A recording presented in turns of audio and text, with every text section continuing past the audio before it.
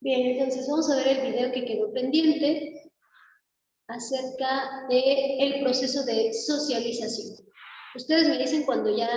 Ay, no, espérenme. No compartí el sonido. Ahora sí, ya. Ustedes me dicen cuando ya se vea, por favor. ¿Listirijillo? Vale. Bienvenidos Sí, a un nuevo encuentro de trabajo y aprendizaje colaborativo.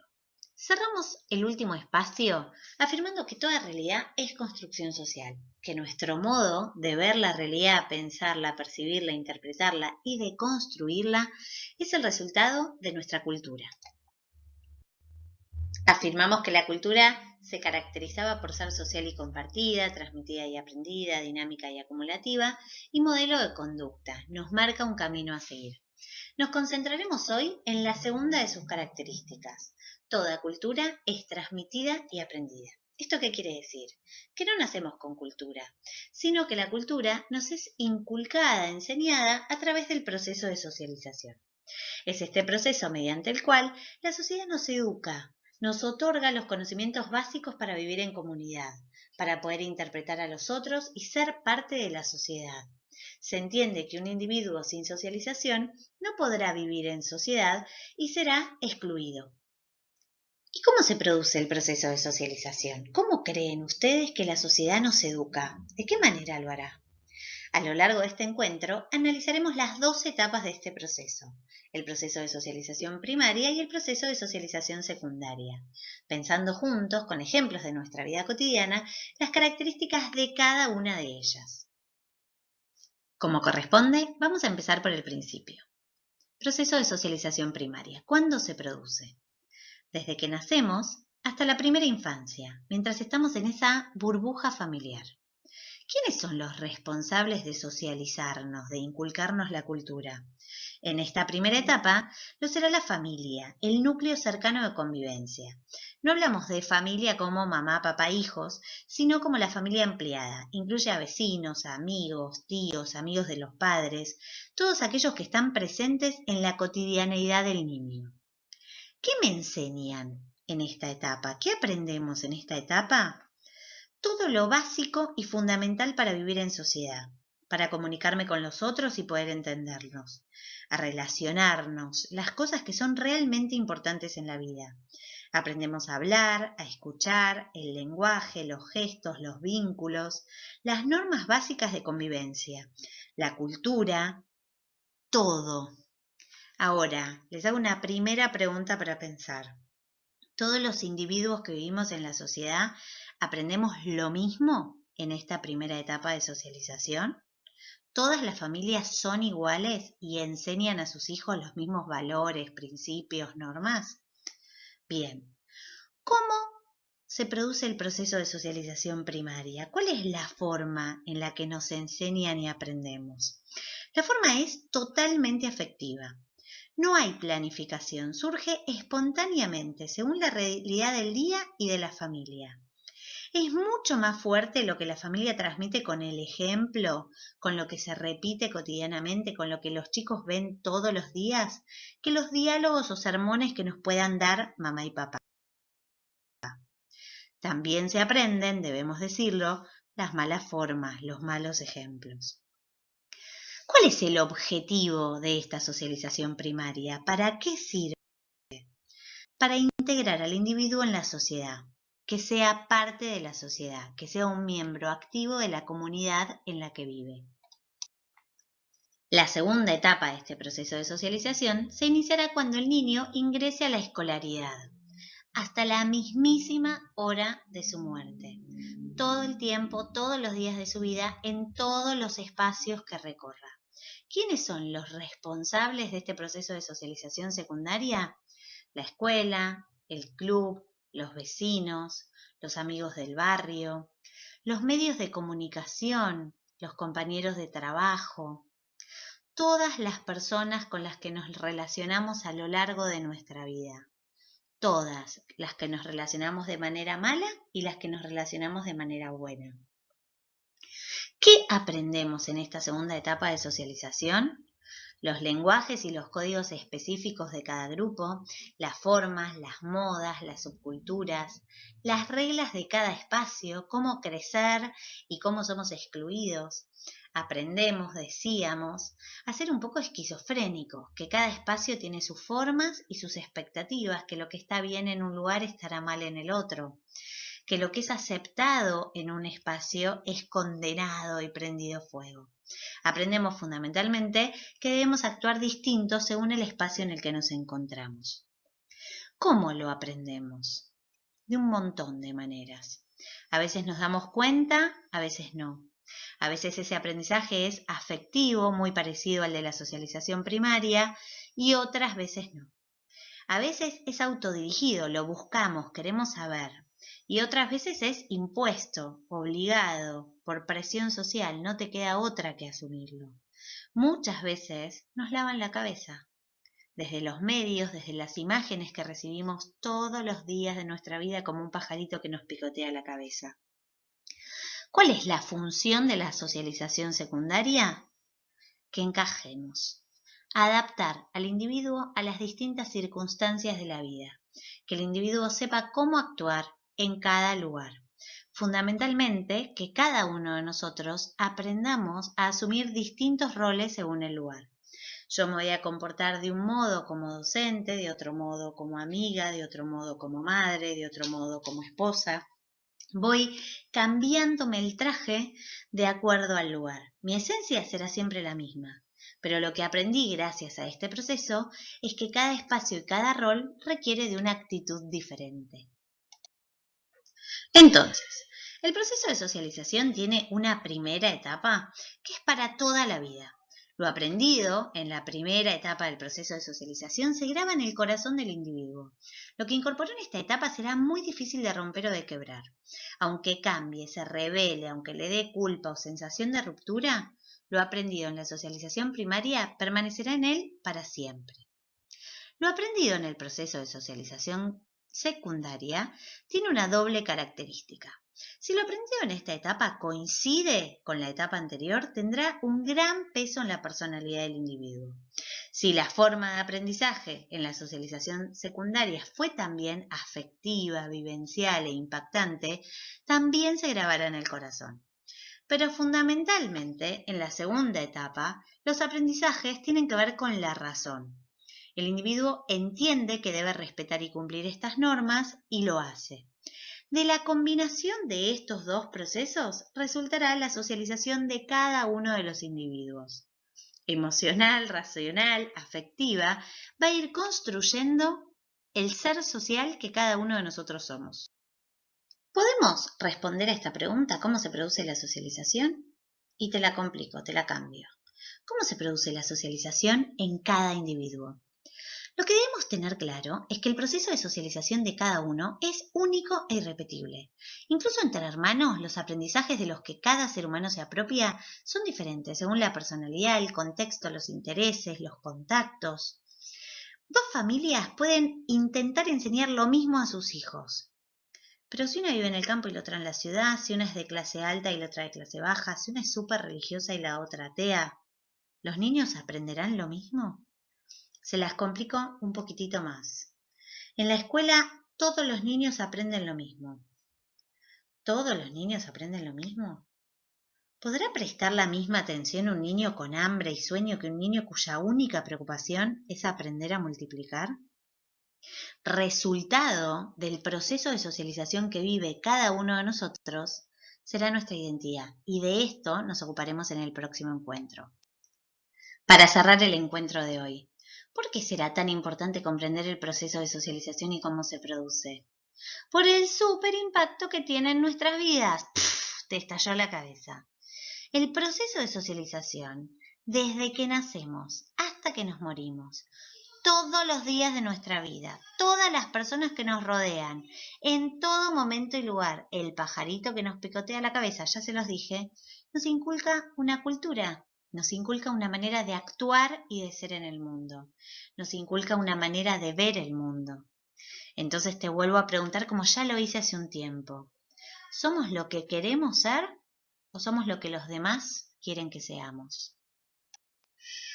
Muchísimas gracias. Ya saben que cualquier duda, consulta o inquietud.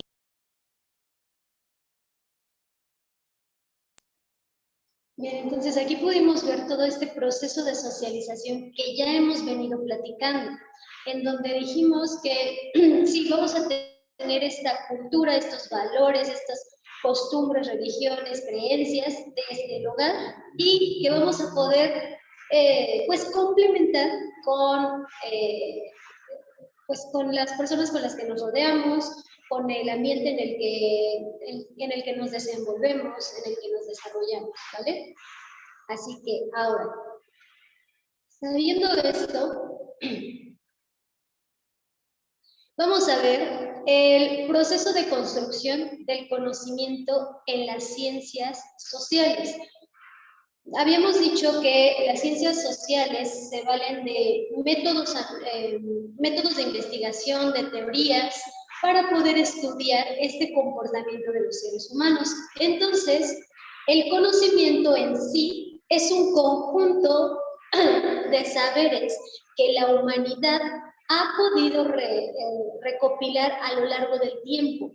Aquí, en el conocimiento, vamos a tener un acervo que es compartido por todos los humanos y que además este conocimiento, este acervo, va a estar en continuo cambio. ¿Por qué? Porque sabemos que lo que hoy conocemos, tal vez mañana pueda cambiar, tal vez mañana se descubra otra cosa y cambie nuestra realidad.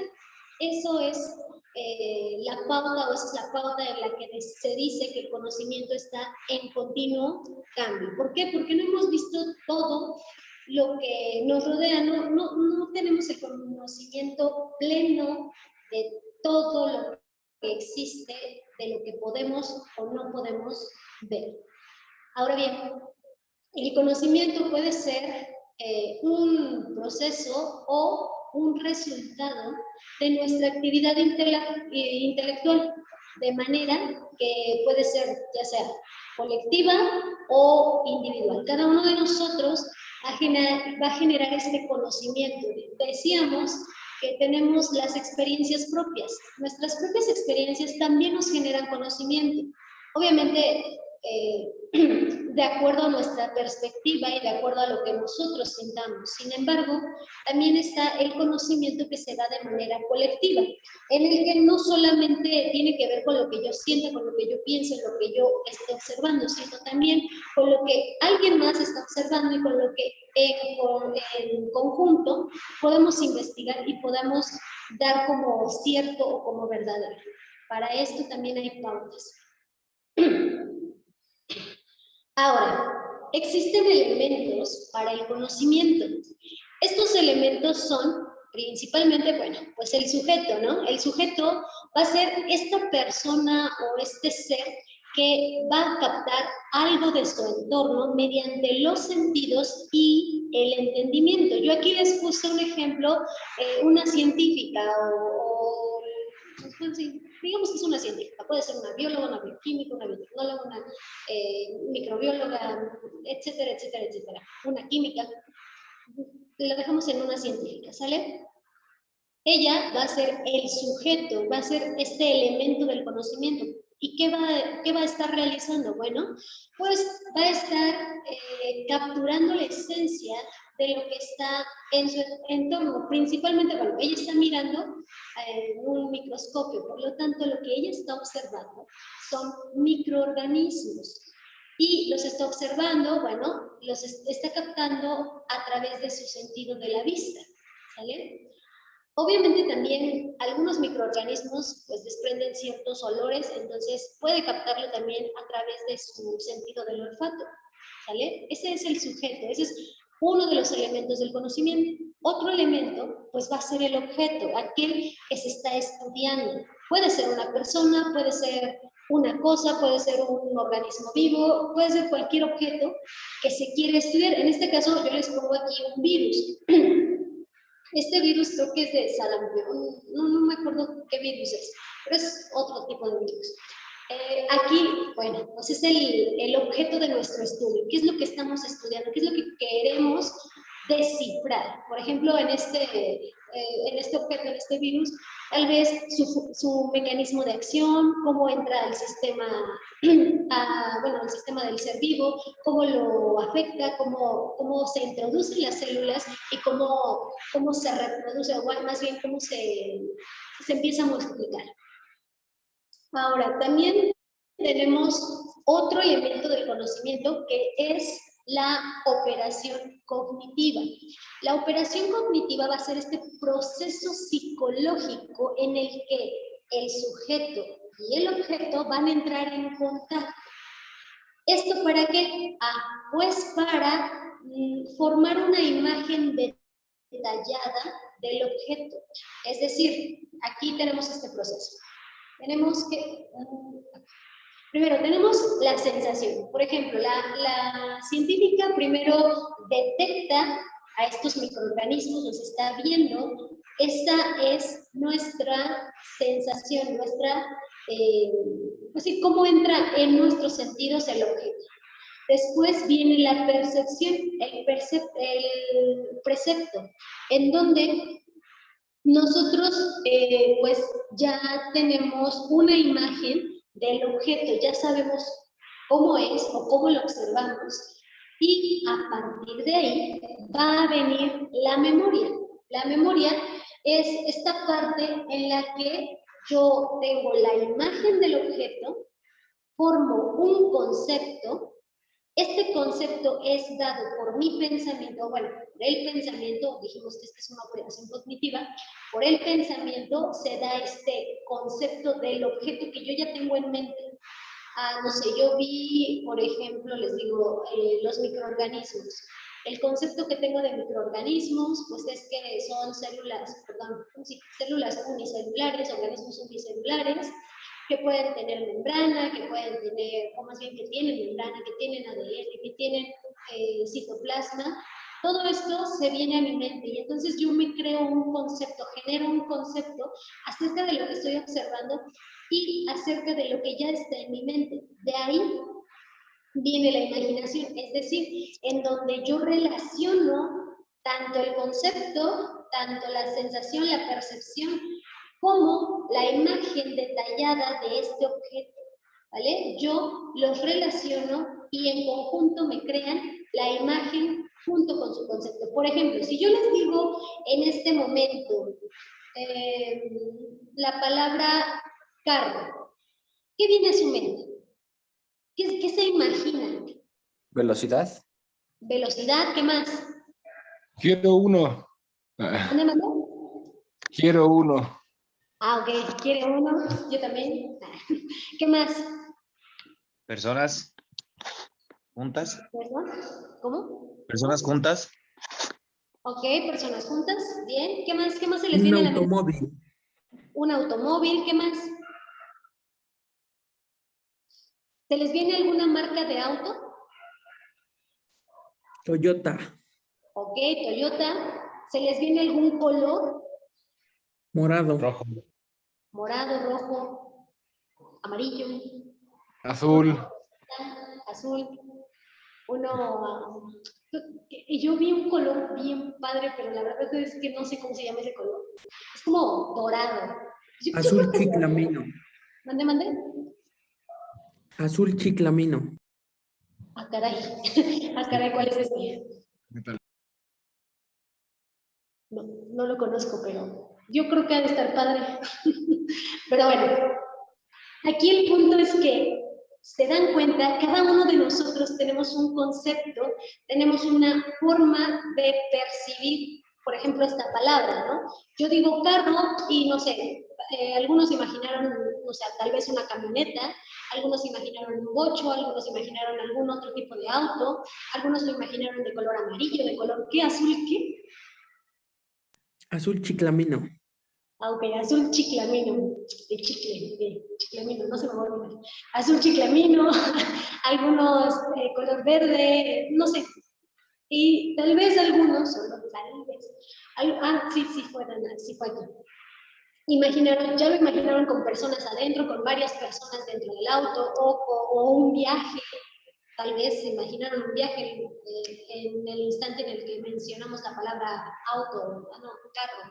Entonces, esa es la parte cognitiva de nuestro cerebro, en donde nosotros relacionamos el objeto con su concepto, con su imagen, y nos formamos un concepto. Y es ahí donde empieza nuestra imaginación. ¿De acuerdo? Bien. Ese es otro elemento del conocimiento. Otro de los elementos, pues, es la representación. La representación va a ser la referencia del exterior, la que se va a producir en la mente del sujeto, es decir, lo que ustedes acaban de hacer. Esta representación se da de dos maneras, o es de dos tipos. El primero, pues, es el intelectual, donde se dan los pensamientos, y el sensible, donde se dan las imágenes. Ustedes tuvieron, en primera instancia, el sensible, la imagen, y después tuvieron el intelectual, de pensamientos. Primero, me imaginé el auto, ¿no? El carro, lo vi. Y después, concepto A, pues, velocidad, personas, marcas. ¿Qué dijimos? Toyota, colores, etcétera, etcétera, etcétera. Entonces, esa representación se da de estas dos maneras, o tiene estas dos pautas, tanto la parte sensible como la parte intelectual, de imagen y pensamiento. Por ejemplo, si ahorita yo les doy otra palabra, torta, ¿qué se imaginan? ¿Qué les viene a la mente? ¿Nada? Jamón. ¿Cómo? Mayonesa. Jamón, mayonesa. ¿Qué más? Por ahí pensé que habían dicho amor, dije, miren, va más allá. Jamón. Jamón, sí, ya después entendí que era jamón. Bien. ¿Qué otra palabra hacer? O más bien, ¿qué otra cosa les viene a la mente? ¿Ya se imaginaron la tortita? ¿No? Bueno, yo sí.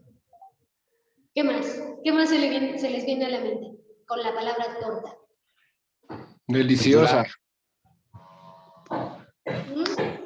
Rica. Deliciosa. ¿No se les viene como la grasa grasosa? Y no sé, una coca, digo, para eso de la línea.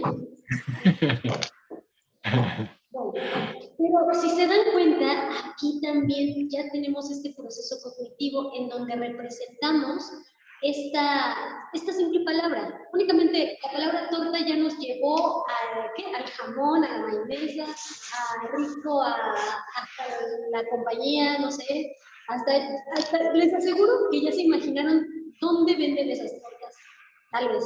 Bueno, a mí se me vino el puesto de tortas, así como de, ya sé dónde voy a ir a comprar mi torta ahorita saliendo. Entonces, ahí nos damos cuenta que tenemos este proceso cognitivo, ¿vale? Bien.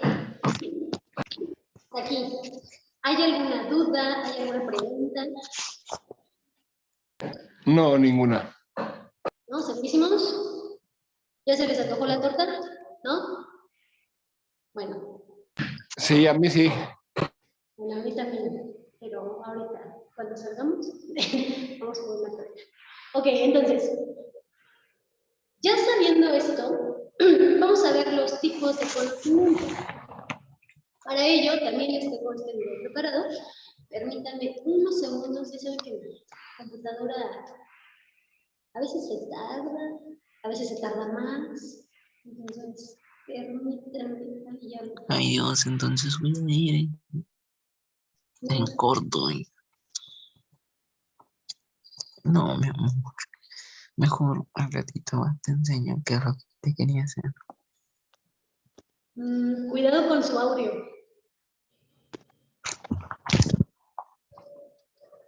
¿O me hablaba a mí?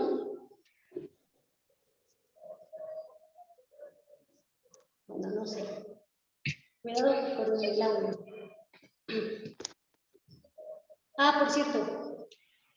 ¿Recuerdan que les había dicho que los videos de las clases los subo entre el domingo y el lunes, más que nada el lunes? Bueno, pues lo voy a hacer de otra manera.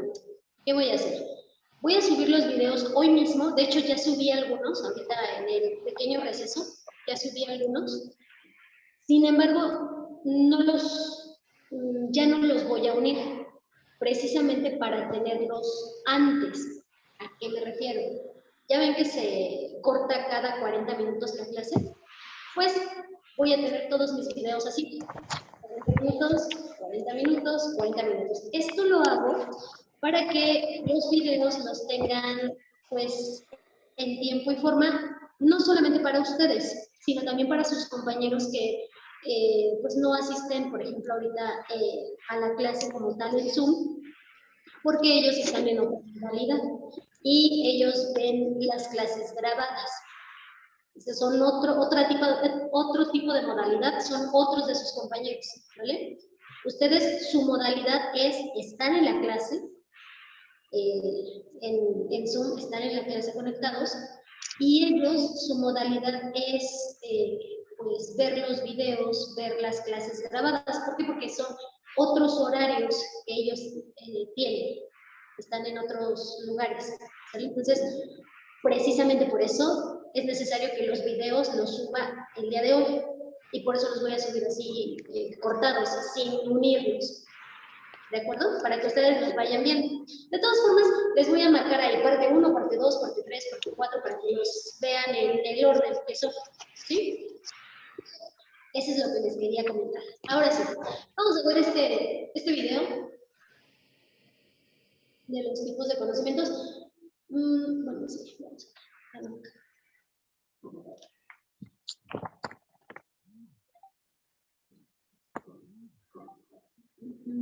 Por cierto, tengan cuidado con su micrófono para que el ruido, recuerden, para que no se traslape con el sonido del video. Por favor. Ustedes me dicen cuando ya se esté viendo algo. ¿Listo? Sí, ya se está viendo, profe. Ok. De conocimiento explicados. Como seres humanos buscamos conocer y comprender la realidad interpretándola desde diferentes perspectivas. Por eso existen distintos métodos de enfoque para obtener información del mundo que nos rodea. Y para esto existen muchos caminos. ¿Pero caminos para qué? Justamente para el conocimiento. ¿Pero qué es el conocimiento? Bueno, el conocimiento se refiere al conjunto de experiencias, sensaciones y reflexiones que conllevan al razonamiento y el aprendizaje. Esta puede ser una definición, ya que es un poco más complejo que eso, ya que el fenómeno del conocimiento se estudia desde la antigüedad hasta nuestros días. Platón fue uno de los primeros filósofos y pensadores en intentar describir el conocimiento, diferenciándolo de lo que no es, y también fue de los primeros en considerar que el conocimiento es lo realmente verdadero. Platón postuló 3 grados de conocimiento. El primero sería el conocimiento, denominado como lo que es, según Platón, lo real. El siguiente sería la ignorancia, lo que no es, o sea, lo irreal. Y el último sería la opinión, según Platón, lo que está entre el ser y la nada. Por tanto, podríamos decir que el conocimiento busca razonar y describir la realidad. Por eso nacen diferentes tipos de conocimiento en busca de aproximarse a la verdad. A continuación conoceremos algunos tipos de conocimiento, características y ejemplos. Conocimiento intuitivo. La intuición nos permite percibir información de manera instantánea debido a la relación de información, asociación de ideas o sensaciones que lleva a cabo cada persona. Por ejemplo, podemos intuir que puede llover si vemos una gran acumulación de nubes en el cielo, lo cual no es totalmente probable, ni un factor suficiente para decir que exactamente va a llover. Conocimiento religioso o revelado. Es un tipo de conocimiento que proviene de la fe y las creencias de las personas. Los datos reflejados y considerados verdaderos por este tipo de conocimiento no pueden ser demostrados ni falseados a partir de lo observable, de manera que son deducidos a partir de la interiorización de varios dogmas religiosos. Un ejemplo sería atribuir a Dios cosas explicables por otros medios. Conocimiento lógico es aquel conocimiento que usa la comprensión coherente de ideas que se relacionan y que generan una conclusión. Se caracteriza por ser deductivo y aplicar el pensamiento lógico y comparativo, así como conllevar a posibles soluciones. Un ejemplo podría ser: todos los jueves tengo clases de guitarra, hoy es jueves, así que tengo clases de guitarra. Una deducción evidentemente lógica, pero que precisamente nos representa ese tipo de pensamiento comparativo. Conocimiento indirecto se obtiene a partir de otras informaciones que se posean, por lo que no se hace necesario estar frente del objeto del cual se hace referencia.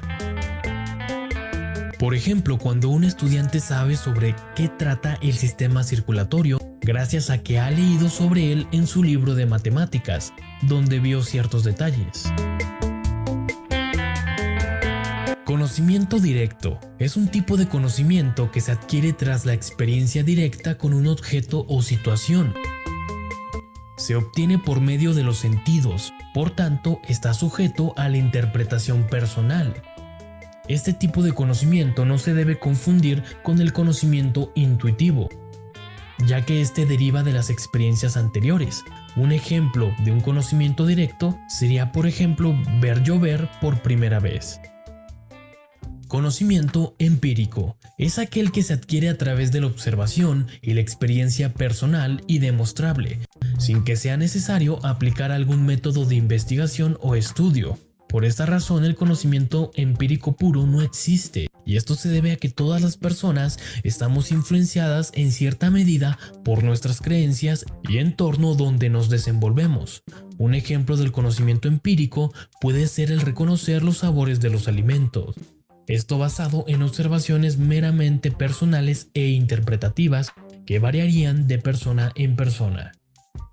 Conocimiento filosófico. Este tipo de conocimiento parte de la reflexión, la observación y el diálogo sobre la realidad, el contexto donde nos encontramos, la experiencia que vivimos, los fenómenos naturales, culturales, sociales y políticos, entre otros. Asimismo, es un conocimiento que puede derivarse del pensamiento, producto de diferentes reflexiones o análisis. Un ejemplo sería el estudio de la ética o la moral. Conocimiento científico. Este tipo de conocimiento se caracteriza por presentar de manera lógica y organizada la información acerca de fenómenos demostrables. Por tanto, se apoya en teorías, leyes y fundamentos a fin de comprobar el análisis y la validez de la información. De manera que se pueden elaborar conclusiones o hipótesis que incentiven nuevas investigaciones, análisis críticos y desarrollos tecnológicos. Asimismo, posibilita la creación de nuevos modelos o teorías. Como ejemplo, podríamos tener la evolución biológica, la cual cuenta con sus teorías e investigaciones que han comprobado a lo largo del tiempo la misma evolución. Grammarly can help you write quickly and confidently, so you never have to slow down at work. Stay on top of email. Conocimiento matemático. Este tipo de conocimiento revolucionó el pensamiento junto con el conocimiento científico, ya que nos ayudó a hacer relaciones entre los números y las representaciones exactas de la realidad. Se caracteriza por presentar un tipo de razonamiento abstracto y lógico, en el que se establecen fórmulas matemáticas y se relacionan con el conocimiento científico. Ejemplos tenemos muchísimos, como dar valor a las magnitudes o tener fórmulas que describen fenómenos físicos. Otro tipo de conocimiento que podría estar relacionado sería también el conocimiento tecnológico. Estos últimos 4 son los que se consideran más, por eso te dejo una tabla comparativa de sus diferencias. Y a continuación, ¿qué te parece si reflexionamos sobre el conocimiento? El conocer consiste en el esfuerzo humano por apropiarse de lo que los griegos llamaban la verdad de la realidad, para construir las verdades humanas, siempre aproximadas a la verdad propia de las cosas. el ser humano se aventuró mediante diferentes modelos de pensamiento a explicar su realidad. Hoy, el método científico toma lugar como la forma más valorada que tiene el ser humano de descubrir la verdad, pues desde su desarrollo nos ha ayudado a avanzar enormemente como sociedad. Sin embargo, cabe señalar que al elevar este tipo de conocimiento sobre otros, hemos dejado de lado muchas cuestiones que complementan al ser humano, como el estudio de su propio comportamiento, que también abarca la filosofía, conocimiento que evidentemente hoy nos hace falta. Y aún más, nos hace falta integrarlo. Por lo que de esto debemos aprender y saber que existen distintas maneras de entender el mundo, quizás unas más acercadas a la verdad que otras, pero en sí, el conocimiento es